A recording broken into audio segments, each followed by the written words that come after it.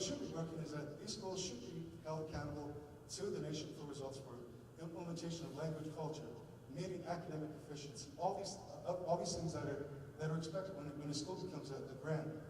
But then when you get to the politics, a lot of that seems to get lost in the debate. And so the way it works is, if the nation really wanted to crack the whip, they could probably just deauthorize schools or something. But these schools exist because the nation allows them to operate and run, because these are our students. And the other interesting thing about the policy environment that exists in grant schools is that they have tremendous flexibility, authority at the local level to educate students.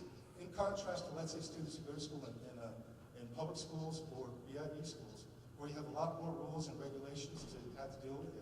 You have teachers' unions, you have teacher tenure you have to work with. But the policy environment is actually quite ideal with grant schools. Is that there's a lot of flexibility, a lot of authority, especially with school boards to be able to run the ball to educate students.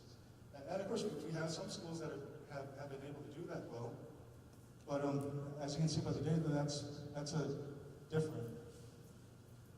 And this is as we went through this other process, what was also interesting as we were conducting the research is about money, because that's obviously one of the big things with this whole fuss, with this whole debate is all about the money. Where's the money when it has been spent? And so when you think about low student achievement, low test scores, the automatic assumption of a lot of people is we're just not spending enough money on education. That if we just get more money and we spend more, we're going to have better test scores, right? That's sort of the natural assumption or belief of people, that if we just throw more money at the problem, let's just spend more money, we're going to get better results. But as we sort of ask this question with a lot of people as we go out to the communities and people, it's like, how much do you believe that we're spending on education for students? And at one public hearing that I remember that we had, they said, we only spent $2,000. The other person said $4,000. Another's $5,000. So the expectation of belief that people seem to have is that we lowball spending on education. That we don't spend enough when it comes to never spending education. And part of... Okay. Okay. All right. I'm actually almost done. But an essential part of any school form of education reform plan is how much money do we have, and how is it being spent, and is it being spent effectively?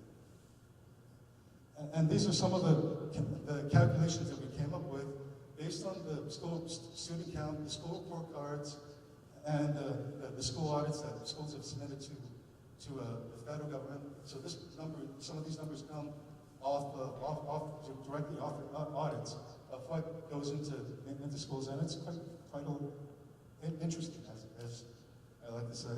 And these are some of the per state calculations of what states spend on education versus just with grant schools.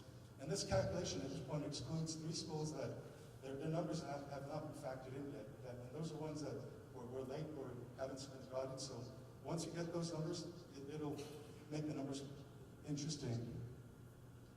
And this is one of the other calculations that's also come up. It's actually eye-opening, mind-blowing.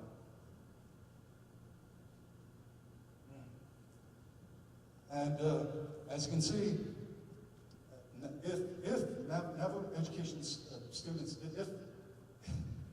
if you think about the per student expenditure, navigation schools would be one of the richest school systems in the whole country, if you think about it.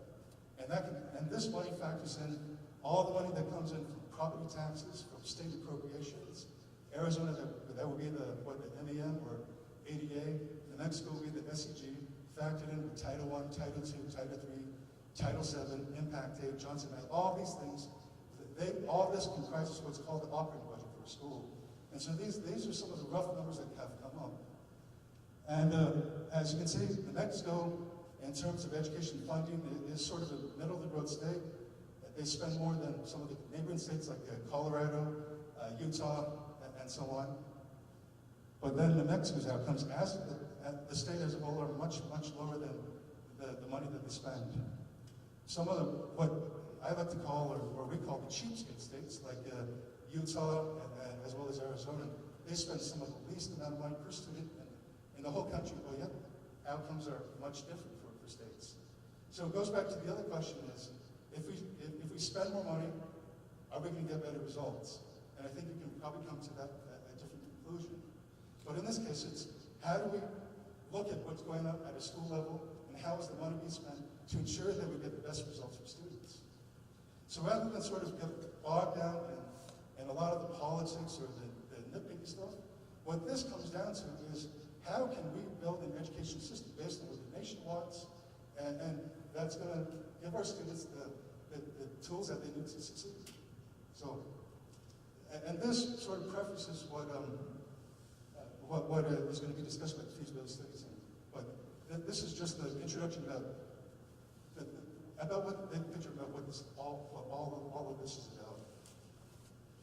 But just going back to what's going to happen in the next 2 years, it's about planning, about research, finding out what's working, what's not, and how to improve the system, rather than just stick with status quo.